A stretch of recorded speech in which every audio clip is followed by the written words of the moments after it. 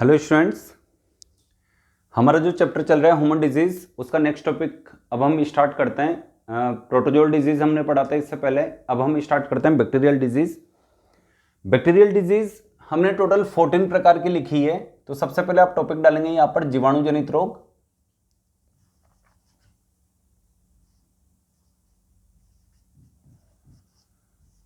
जीवाणु जनित रोग यानी बैक्टीरियल डिजीज।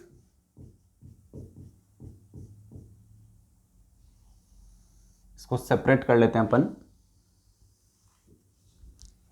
इसके बाद वही पहले की तरह एक टेबल जिसमें हमने 4 कॉलम बनाए थे। सबसे पहला कॉलम था अपने पास क्रम संख्या, सीरियल नंबर। इसके बाद वाला कॉलम था अपने पास रोग का नाम, रोग, और रोग के लिए हम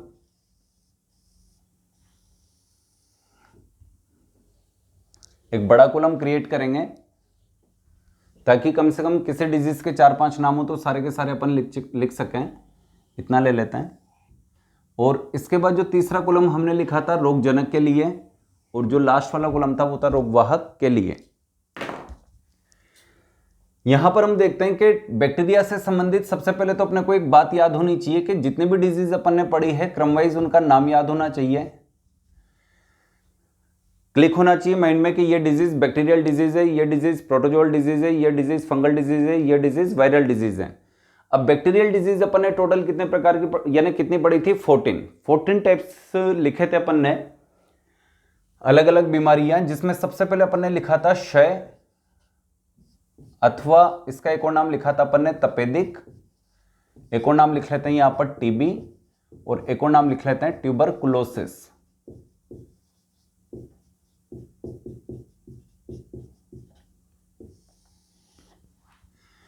अब हमें यह पता करना है कि इसका रोगजनक कौन है, पैथोजन कौन है, और पैथोजन अगर यह है तो इसका रोगवाहक कौन है, यानी इस पैथोजन को एक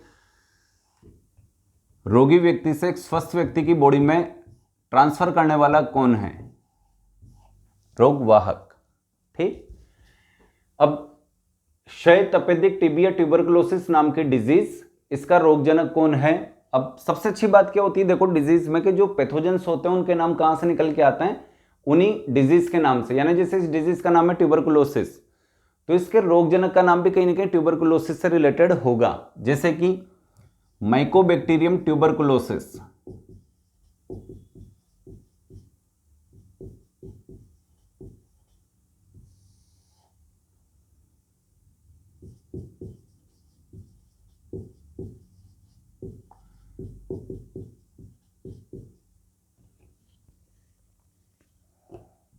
ये इसका पूरा नाम है। आप ये अपन ने थोड़ा ज्यादा बड़ा बना लिया, चलो कोई बात नहीं। माइकोबैक्टीरियम ट्यूबरकुलोसिस ये इसका पूरा नाम है। चलो थोड़ा सा अपन इसे मैनेज कर ही लेते हैं ताकि अपने जितने भी बैक्टीरियाज के नाम हैं वो एक साथ आ सकें।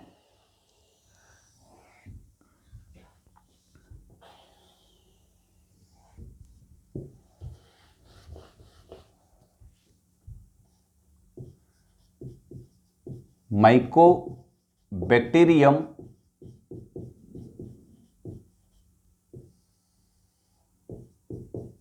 ट्यूबरकुलोसिस ये बैक्टीरिया का नाम है जो किस डिजीज के लिए रिस्पॉन्सिबल होता है?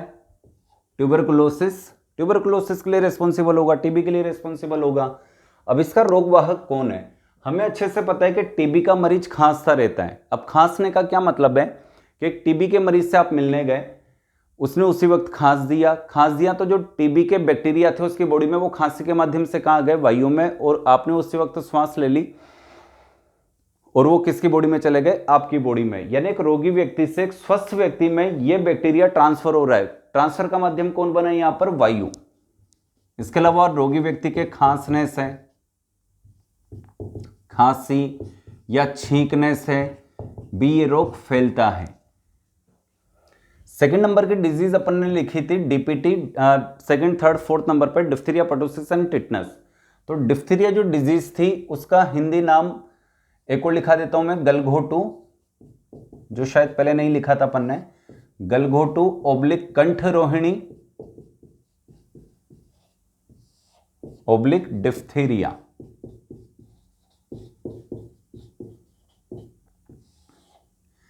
अब रोगजनक का नाम वही डिजीज के नाम पे निकल जाएगा, सीधा सा नाम है इसका कोरिनी बैक्टीरियम डिप्थीरियाई।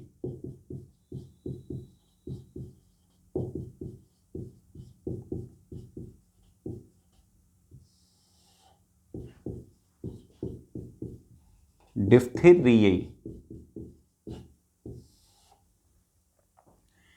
अब यहां पे भी देखो बात क्या है, कंठ रोहिणी यानी कंठ से संबंधित बीमारी है, तो वायु के आने और जाने के साथ कंठ में उपस्थित ये बैक्टीरिया बाहर निकलकर वायु में आ जाएंगे, और उसी वायु में अगर कोई स्वस्थ व्यक्ति श्वास ले लेता है तो ये बैक्टीरिया उसकी बॉडी में ट्रांसफर हो जाएंगे। इसका मतलब यहां पर भी वायु, खांसी और छींक भी इसका माध्यम बन सकती है, छींक। तीसरे नंबर की बीमारी की तरफ चल रहे हैं अपन। एजेट्रिक अपन ने इसके लिए डी लिखा था, उसके लिए पी लिखा था, पर्टुसिस, लास्ट जो फोर्थ नंबर पे आएगी वो होगी टिटनस। इसके बाद अपन चलते हैं पर्टुसिस बीमारी की तरफ, जिसका अपन ने हिंदी नाम लिखा था काली खांसी, कुकर खांसी, वूफिंग कफ, और लास्ट में अपन ने लिखा था पर्टुसिस। अब काली खांसी है, काली का मत जब भी किसी डिजीज में काली शब्द जुड़ जाता है या काला शब्द जुड़ जाता है, इसका मतलब समझ लेना कि वो काफी अच्छे यानी बहुत बुरे लेवल की बीमारी है, काली खांसी, पर्टुसिस। अब इसका जो बैक्टीरिया होगा उसका नाम इस पर्टुसिस से ही होगा, और उसका नाम है बार्टुडेला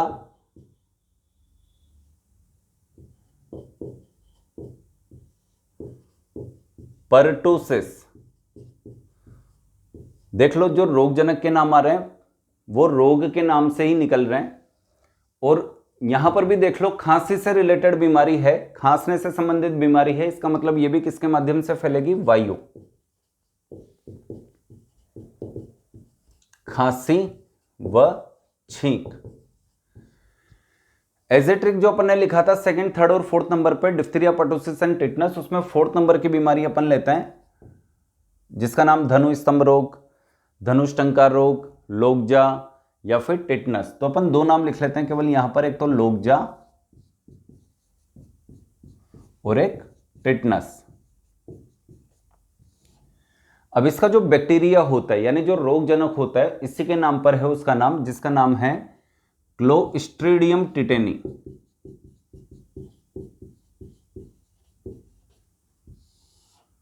क्लोस्ट्रीडियम टिटेनी।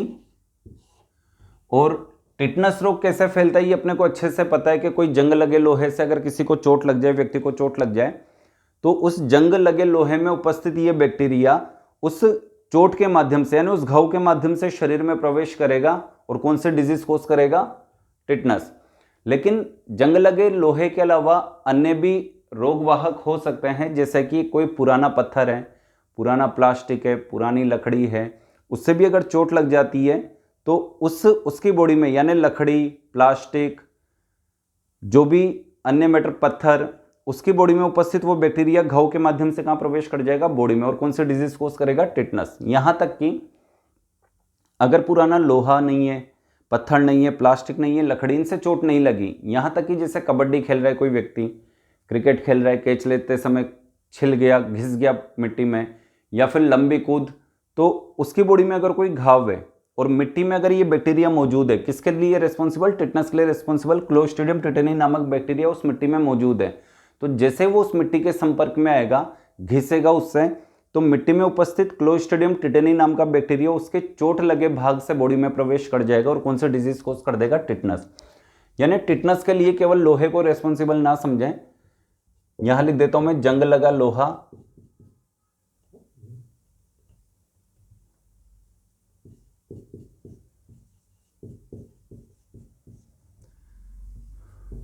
पुराना पत्थर अथवा प्लास्टिक, अथवा लकड़ी तथा मृदा आदि से चोट लगने पर यह बैक्टीरिया फैल सकता है। इसके बाद नेक्स्ट चलते हैं अपन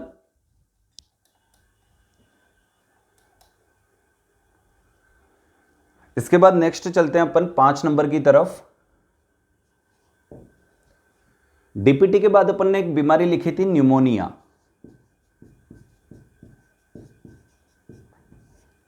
देखो, न्यूमोनिया एक ऐसी डिजीज है जो जीवाणु जनित रोग में पड़ी जाती है, लेकिन न्यूमोनिया डिजीज केवल जीवाणु के माध्यम से नहीं होती।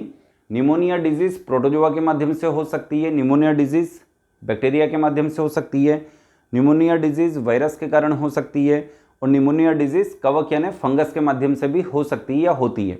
इन चारों के माध्यम से न्यूमोनिया डिजीज होती है, लेकिन पड़ी इसमें क्यों जाती है सबसे ज़्यादा? क्योंकि 4 में से बाकी के जो 3 हैं, मीन्स प्रोटोजोआ, वायरस और फंजाई, उन 3 के माध्यम से होने वाली जो निमोनिया डिजीज है वो कम हानिकारक होती है। अपन डॉक्टर के पास गए, दिखाया भाई न्यूमोनिया हो गया। न्यूमोनिया का कारण अगर प्रोटोजोआ, वायरस या कवक निकलता है तो सामान्य सी मेडिसिन आती है, उसको लिए वो घर पे बैठ के ठीक की जा सकती है। लेकिन अगर बैक्टीरिया से न्यूमोनिया डिजीज हो जाती है तो फिर ये हानिकारक होती है और इसके लिए व्यक्ति को या बच्चे को हॉस्पिटलाइज होना पड़ता है। इसलिए न्यूमोनिया डिजीज अक्सर किस में पड़ी जाती है? जीवाणु में। अब इसके लिए जो रेस्पॉन्सिबल बैक्टीरिया है या रोगजनक है उसका नाम क्या है? इसी के नाम से निकल कर आएगा न्यूमोनिया से, स्ट्रेप्टोकोकस न्यूमोनी। Streptococcus pneumoniae. एक और नाम है वैसे क्लेमाइडिया न्यूमोनी, अच्छा नाम है बैक्टीरिया का, लिखना चाहो तो लिख लेना क्लेमाइडिया न्यूमोनी, वरना बुक्स में अक्सर यही आता है स्ट्रेप्टोकोकस न्यूमोनी। और इसका जो रोगवाहक होगा न्यूमोनिया फेफड़े की बीमारी है, ये भी लिख लेते हैं अपन कि ये फेफड़े की बीमारी है। फेफड़े की बीमारी। अब फेफड़े जो होते हैं वो किस प्रोसेस के लिए रेस्पॉन्सिबल होते हैं? रेस्पिरेशन यानी श्वास लेना। श्वास से संबंधित बीमारी है, इसका मतलब किसके माध्यम से फैलेगी? वायु। वही वायु लिखा हमने, खांसी लिखा हमने, और वही छींक लिखा हमने, ये लो। इसके बाद अपन चलते हैं डिजीज नंबर 6। न्यूमोनिया के बाद अपन ने लिखा था हैजा अथवा कोलेरा। हैजा या कोलेरा बचपन में काफ़ी बार आपने पढ़ा होगा साइंस की बुक में या समाज की बुक में कि भोजन को कभी भी खुला नहीं छोड़ना चाहिए। भोजन में जल भी आ जाता है, यानी जल और भोजन को कभी भी खुला नहीं छोड़ना चाहिए, उसे ढक कर रखना चाहिए, वरना उसमें कौन बैठेगी? मक्खी, और मक्खी बैठेगी तो फिर वो इस बीमारी को फैलाएगी जिसका नाम क्या था? हैजा या कोलेरा। अब इसका जो बैक्टीरिया होता है उसका नाम इसी के नाम पर है, कोलेरा नाम पर, विब्रियो कोलेरी। Vibrio cholerae. और इसका जो रोग वाहक होता है वो होता है दूषित जल और भोजन, या भोजन व जल, दोनों में से दोनों ही सही है, भोजन व जल।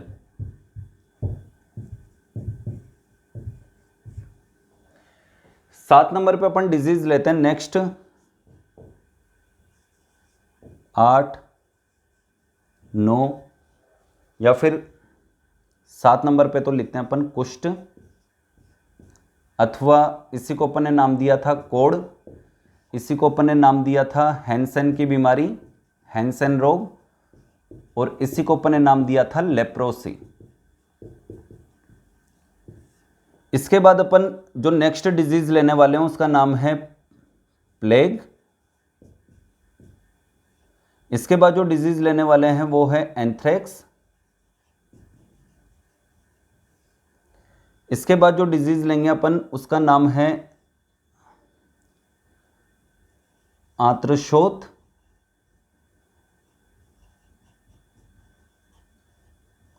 अथवा आंत का बुखार, इसी को नाम दिया था अपन ने, अथवा मोतीझरा,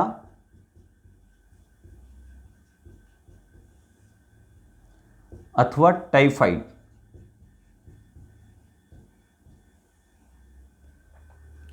टोटल 1 2 3 4 5 6 7 8 9 10 डिजीज यहाँ तक लिख ली अपन ने, बाकी 4 और बचेगी, उसको अपन आगे देखेंगे।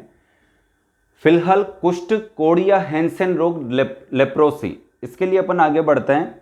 इसका जो बैक्टीरिया होता है उसका नाम है, इसी के नाम पर देख लो लेप्रोसी, इसका नाम है माइकोबैक्टीरियम लेप्री।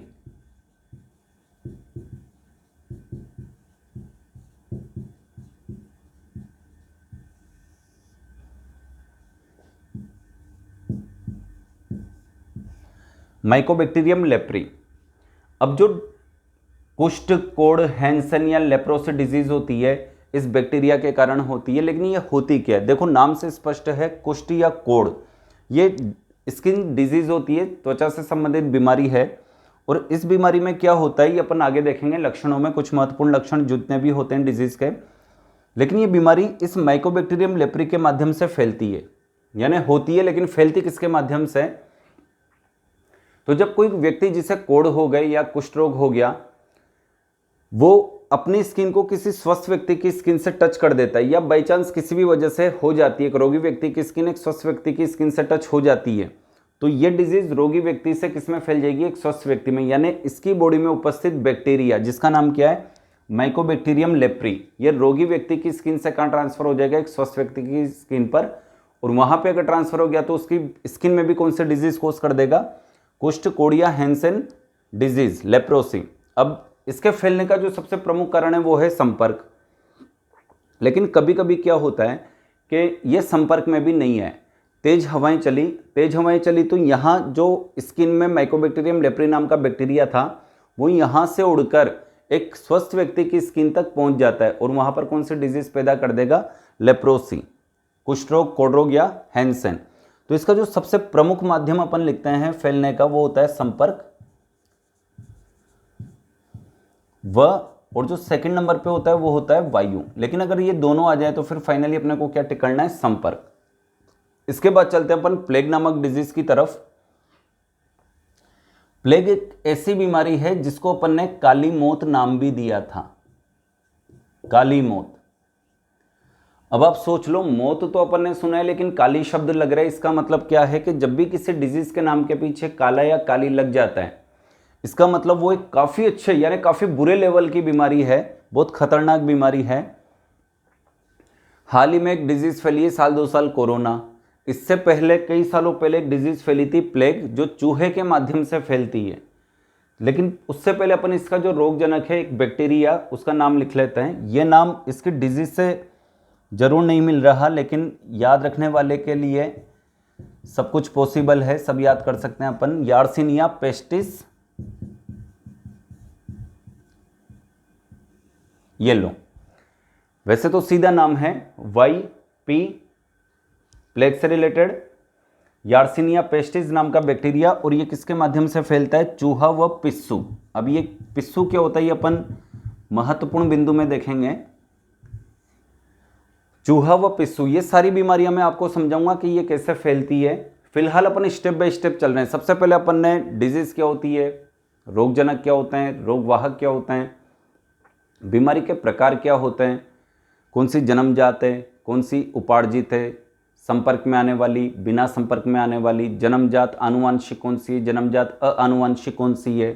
इसके अलावा प्रोटोजोआ से होने वाली बीमारियां कौन कौन सी है, जीवाणु, विषाणु, कवक, कृमि, इनसे होने वाली बीमारियां कौन कौन सी है।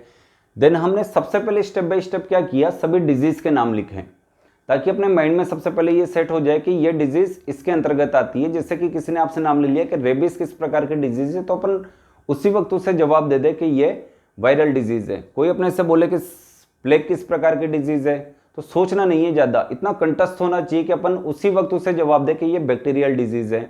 कोई अपने से कहता है कि मलेरिया किस प्रकार की डिजीज है, तो अपन उसी वक्त जवाब दे कि ये प्रोटोजोवल डिजीज है। कोई अपने से कहता है कि हाथी पांव रोग किस प्रकार की डिजीज है, तो हम कहें भाई ये कृमि जनित रोग है, वर्म डिजीज है। तो ये सबसे पहली स्टेप है, डिजीज का नाम अपने को याद होना चाहिए। ये सेकंड स्टेप है कि उसके रोगजनक का नाम क्या है। ये थर्ड स्टेप है कि उसका रोगवाहक कौन है।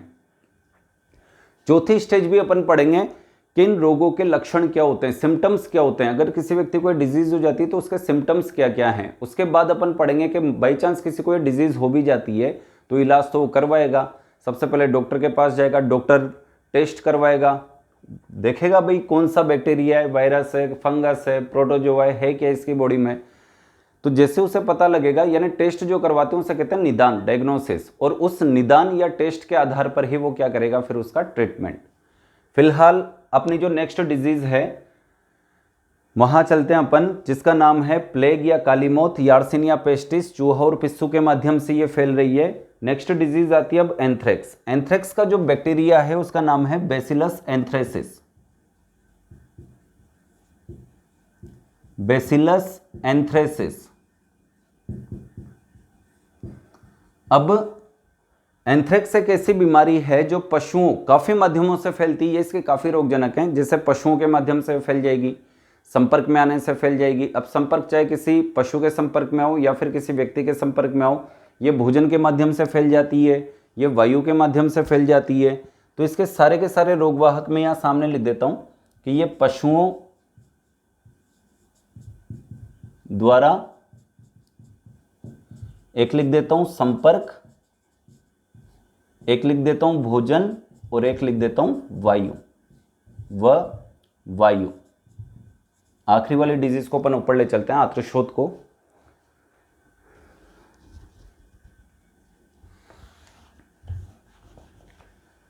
यहां तक आप नोट करें, अच्छे से नोट कर लो इसे।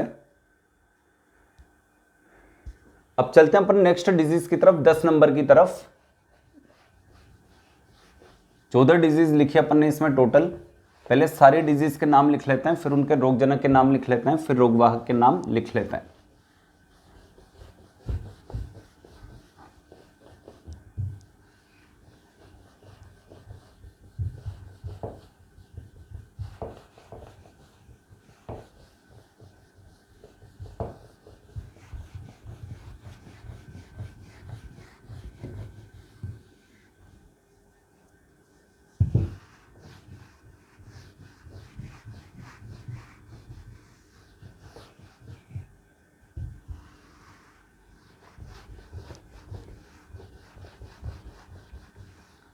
नौ नंबर तक हम पढ़ चुके हैं, 14 डिजीज अपन ने टोटल लिखी है। 10वें नंबर के डिजीज को अपन नाम दे रहे हैं, 10वें नंबर के डिजीज को अपन नाम दे रहे हैं आत्रशोथ। इसे अपन आंत का बुखार कहते हैं, इसी को अपन मोतीझरा कहते हैं, और इसी को अपन टाइफाइड कहते हैं। यही लिख देता हूं मैं, टाइफाइड। अब इसका जो रोगजनक होता है वो टाइफाइड के नाम से ही है। इसके रोगजनक का नाम है साल्मोनेला टाइफी। Salmonella typhi. और टाइफाइड एक ऐसी डिजीज है जो जल के माध्यम से फैलती है, और जल का ही, जल एक प्रकार का क्या है, भोजन। तो दोनों इसके सही आंसर हैं। लेकिन मुख्य रूप से अगर पूछ ले, दोनों में से एक चूज करना पड़े, तो फाइनली अपने को क्या टिक करना है, जल। देन 4 डिजीज और बची हुई है अपने पास, नंबर 11, 12, 13 एंड 14। इसके बाद अपन लेते हैं एक बीमारी जो ऑलरेडी अपन पहले पढ़ चुके हैं, प्रोटोजोअल डिजीज में अपन ने पढ़ी थी, अतिसार या डायरिया। अतिसार या डायरिया एक ऐसी डिजीज है जो प्रोटोजोआ के द्वारा भी होती है और जीवाणु के द्वारा भी होती है। तो नेक्स्ट डिजीज के रूप में अपन लेते हैं अतिसार अथवा डायरिया, लेकिन अपन ने इसे वहां नाम दिया था प्रोटोजोआ में जियार्डिएसिस। ऐसा कुछ नाम अब यहां नहीं देंगे क्योंकि जियार्डिया प्रोटोजोआ संघ का एक सदस्य है। तो यहां पर ये डिजीज जिस रोगजनक के द्वारा होगी वो कोई प्रोटोजोआ संघ का सदस्य नहीं होगा, वो कौन होगा, एक बैक्टीरिया। इसलिए डिजीज क्या कहला रही है, बैक्टीरियल डिजीज। और उस बैक्टीरिया का नाम है शाइजेला स्पीसीज, यानी कोई स्पीसीज हो सकती है इसकी। अब अतिसार या डायरिया वहां पे हमने देखा था जल के माध्यम से फैल रहा था, यहां पे भी इसके फैलने का रीजन यही है, जल व भोजन। अगर इस जलीय भोजन में ये बैक्टीरिया मौजूद है, एक रोगी व्यक्ति ने खाना खाया, उसी खाने को फिर किसी स्वस्थ व्यक्ति ने खा लिया, तो ये उसकी बॉडी में क्या हो जाएगा, ट्रांसफर हो जाएगा। 12 नंबर, 13 नंबर, 14 नंबर की बीमारी भी पढ़ लेते हैं अपन। एक बीमारी हमने लिखी थी मेनिंजाइटिस।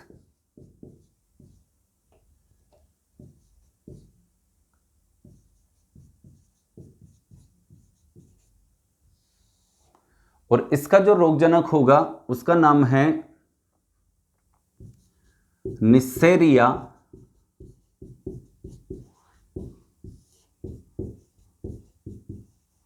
मेनिंजाइटिडिस। निस्सेरिया मेनिंजाइटिडिस। और जो मेनिंजाइटिस नाम की बीमारी होती है मुख्य रूप से किसके माध्यम से फैलती है, वायु और छींक के माध्यम से।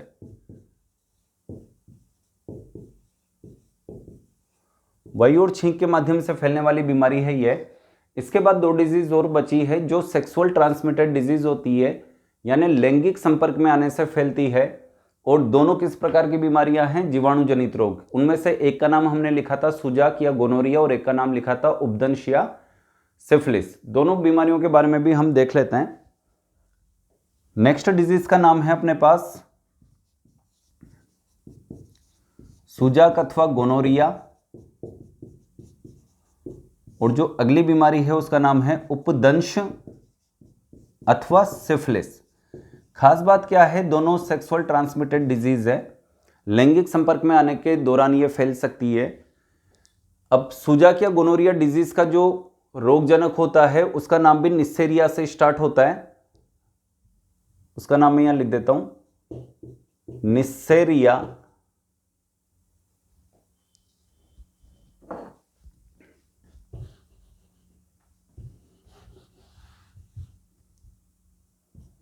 थोड़ा स्पेस ले लेते हैं अपन। निस्सेरिया मेनिंजाइटिडिस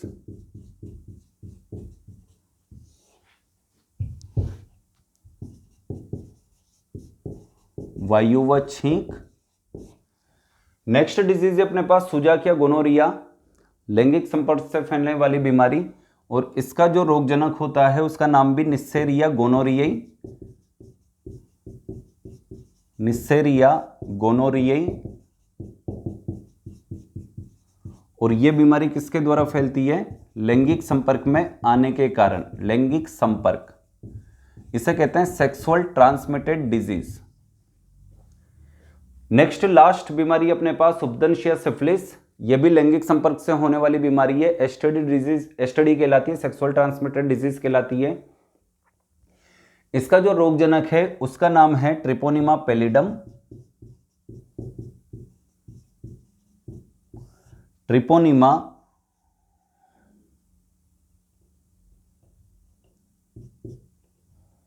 पैलिडम। और इस बीमारी का जो रोगवाहक है वो भी कौन होगा, लैंगिक संपर्क। Sexual transmitted disease. इसी के साथ आपकी ये बैक्टीरियल डिजीज भी अपन ने कंप्लीट की।